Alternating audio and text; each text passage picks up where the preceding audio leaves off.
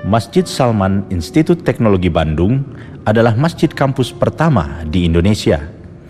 Panitia Masjid ITB dibentuk tahun 1960 yang diketuai oleh Hasan Babsel. Para dosen dan mahasiswa muslim di ITB bahu-membahu mewujudkan masjid di lingkungan kampus ITB. Beberapa nama yang terlibat aktif diantaranya Profesor T.M. Sulaiman, Profesor Ahmad Sadali, Insinyur Ahmad Nu'man, Insinyur A.M. Lutfi, Dr. Insinyur Imaduddin Abdul Rahim atau Bang Imad, Dr. Insinyur Muslimin Nasution, Profesor Dr. Zuhal Abdul Qadir, dan beberapa tokoh lainnya. Jadi memang seperti katakan tidak mudah untuk mendirikan masjid kampus pada waktu itu. Tentu besar sekali tantangan-tantangan. Tapi semangat anak rekan-rekan dan semangat mahasiswa itu demikian kerasnya. Katakanlah Masjid Salman ini sendiri, lokasi Masjid Salman. Wah, itu seperti mimpi kita kalau mengatakan bahwa bisa mendirikan masjid di depan, karena tanah Masjid Salman ini tadinya adalah untuk LAPI, lembaga afiliasi ITB. Sempat terjadi kebuntuan saat panitia Masjid ITB belum juga mendapatkan kepastian tentang lokasi masjid. Namun, melalui mahasiswa bernama Ajat Sudrajat yang mempunyai paman Komandan Cakrabirawa, panitia Masjid ITB pun mengajukan permintaan untuk bisa bertemu Presiden Soekarno. Saat permintaan itu disetujui, pada hari Kamis tanggal 28 Mei 1964, T.M. Sulaiman, Ahmad Sadali, dan Ahmad Nu'man pun berangkat ke istana membawa rancangan gambar masjid. Bung Karno itu insinyur sipil, tapi sebenarnya dia seorang seniman, arsitek dia. Jadi waktu kan, siapa kalian? Kami mahasiswa ITB. Oh, ITB, kampus saya. Kenapa? Kami mendambakan sebuah masjid segala macam. Wah, terus ditunjukin gambarnya. Wah, bakat sininya keluar. Wah, dia kasih saran ini itu begitu ya. Terus akhirnya, ya, saya setuju. Alhamdulillah. Asisi sub di sudut gambar itu ya, udah pakai Sipido atau apakah sudah ada Sipido waktu itu, perpendekan Soekarno atau sub gitu ya, sub itu asisi sub, terus tangannya, wah itu udah nggak ada yang berani merubah lagi ya.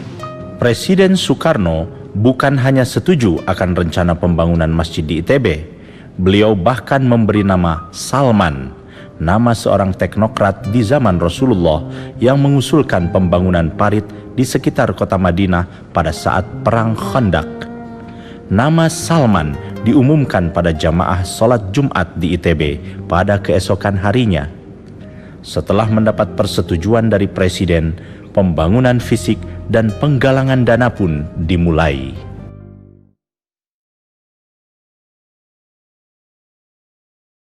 Muhammadur Rasulullah walladzina ma'ahu ashidda'u 'alal kuffari ruhama'u bainahum tarahum ruk'an sujjadan yabtaghuna fadlan minallahi wa ridwana simahum fi wujuhihim min atharis sujud ذلك مثلهم في التوراة ومثلهم في الإنجيل كزرع أخرج شطأه فآزره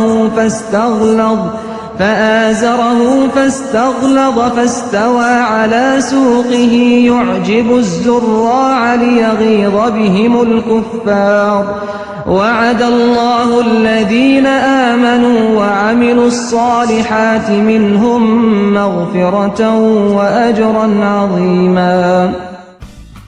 Masjid Salman ITB kadang diidentikan sebagai Masjid Kader.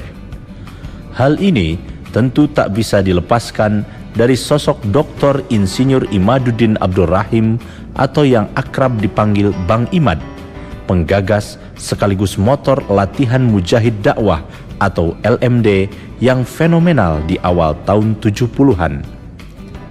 LMD adalah training keislaman yang diberikan khusus kepada mahasiswa yang kemudian menjadi salah satu aktivitas paling menonjol dalam sejarah Masjid Kampus Indonesia. Ceritanya ketika saya di Palembang selesai SMA, saya diterima di ITB, ibu saya berpesan, katanya, nak, ketika kamu sampai di Bandung, carilah masjid, aktiflah di masjid, insya Allah kamu selamat dari berbagai macam gangguan dan godaan. Maka jadilah saya menjadi aktivis Masjid Salman, dan ketika itu ada seorang tokoh yang sangat populer dan karismatik pada zaman itu, yaitu Bang Iman. Maka saya menjadi salah satu dari peserta latihan mujahid dakwah. Sebetulnya mula-mula saya namakan LKD, latihan kader dakwah. Tapi kemudian saya baca bukunya Isa Ansari, Mujahid Dakwah, saya ganti dengan latihan Mujahid Dakwah, itu LMD itu. Jadi terkenal di mana-mana karena penekanan pada tauhid. Yang banyak orang Islam itu fiqih yang ditekankan, padahal yang prinsip itu tauhid. Padahal di faktor teknik pasti diajarkan bahwa 2 itu 1 tambah 1, dan 1 yang pertama harus sama dengan 1 yang kedua, bahkan sama besar, karena itu pelajaran yang pasti. Nah, inilah buktinya bahwa manusia itu tidak terlatih pada umumnya berpikir kritis, kecuali orang Islam.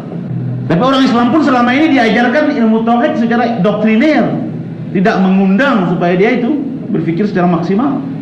Nah, inilah kita coba sekarang dengan metode ini. Cuma saya tanya, kalau sudah setuju, mengapa sudah setuju? Kalau sudah tak setuju, mengapa tak setuju?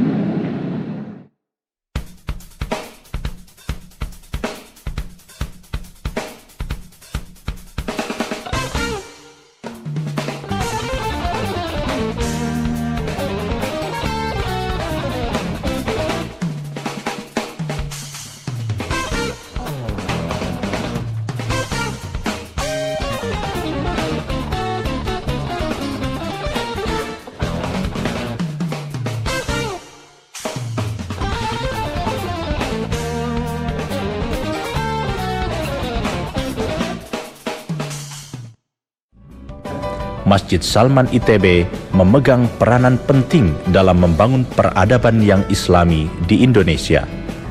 Keberadaan Masjid Salman ITB juga telah berhasil menggiatkan pendirian masjid-masjid kampus di seluruh Indonesia.